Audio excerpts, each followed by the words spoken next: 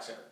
So, why is this a problem? Well, that's because we sit all day. But last video I had asked you to tell me what you want to hear about. And Dr. Pam Levy said, hey, a lot of my patients have tight hip flexors, but they're also weak. How can I lengthen and strengthen the hip flexor? And I said, all right, great. That's going to be the video for this week. Why is this a problem? Like I said, it's because we sit all the time. Think about it. When you're sitting down, your hip flexors are shortened, and you're not using them. So they get shorter, and they get weaker.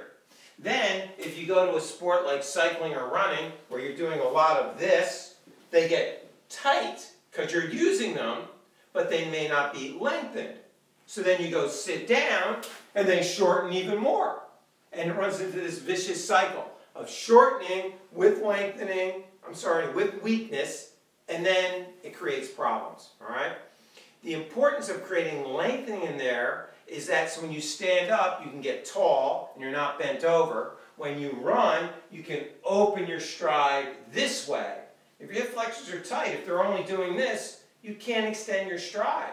And you end up overstriding, creating ankle and knee problems because of increased ground reaction forces. So watch that video because that's up there too.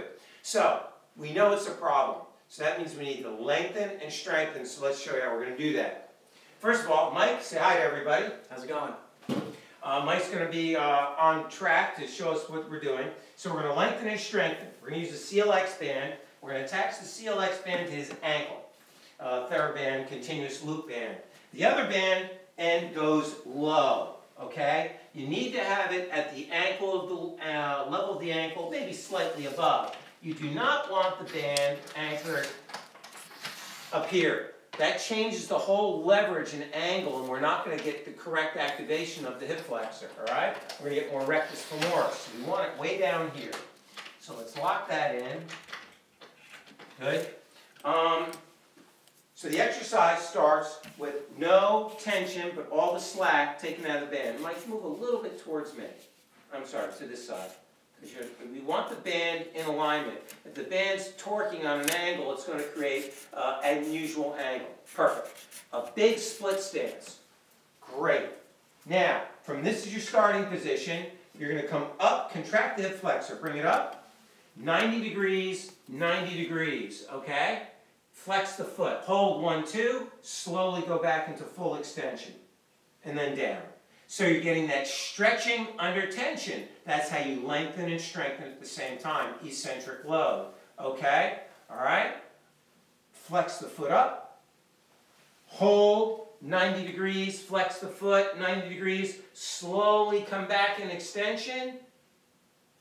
And recover. It's got to be real slow on the way back. Mike, here's a dowel. If you have balance issues, you can use the dowel. Flex up.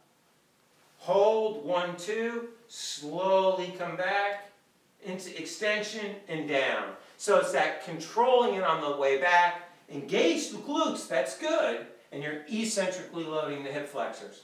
So that's one of the best ways that you can strengthen and lengthen your hip flexors with CLX band. It's been a great way to talk rehab. I'm Dr. Donald DeFabio.